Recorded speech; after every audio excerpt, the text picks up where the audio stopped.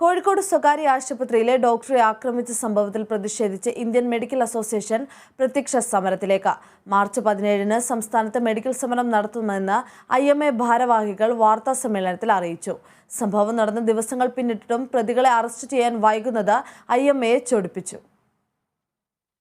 17-ന് രാവിലെ 6 മണി മുതൽ വൈകിട്ട് 6 മണി വരെ ഡോക്ടർമാർ ചികിത്സയിൽ നിന്ന് മാറി നിന്നാണ് മെഡിക്കൽ സമരം നടത്തുക. ആശുപത്രി അക്രമങ്ങൾ സംബന്ധിച്ച് കോടതിയിൽ നൽകിയ നിർദ്ദേശങ്ങൾ സംസ്ഥാനത്ത് പാലിക്കപ്പെടാത്തതിൽ ഡോക്ടർമാർ അടങ്ങുന്ന സമൂഹം ആശങ്കയിലാണ്. കേരളത്തിൽ പ്രാക്ടീസ് ചെയ്യുന്ന ഡോക്ടർമാരുടെ ഉത്കണ്ഠയും ആകാംക്ഷയും ഉൾക്കൊണ്ടുകൊണ്ട് നിർഭയം ആത്മവിശ്വാസത്തോടെ ചികിത്സ നടത്തുവാനുള്ള അന്തരീക്ഷം ഉണ്ടാവണമെന്ന് ഇന്ത്യൻ മെഡിക്കൽ അസോസിയേഷൻ ആവശ്യപ്പെട്ടു.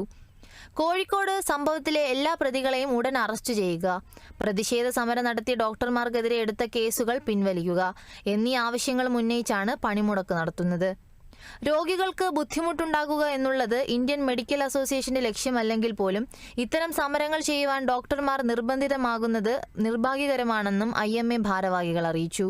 മാർച്ച് 17-ന് പണിമുടക്കുന്ന ഡോക്ടർമാർ കളക്ടറേറ്റിന് മുന്നിൽ ധർണ നടത്തുമെന്നും IMA ഭാരവാഹികളായ doctor VU Seetha, doctor Samuel Koshy, doctor Jayakrishnan, doctor Ashoka Vatsala, doctor Sajeev Kumar എന്നിവർ വാർത്താ സമ്മേളനത്തിൽ അറിയിച്ചു.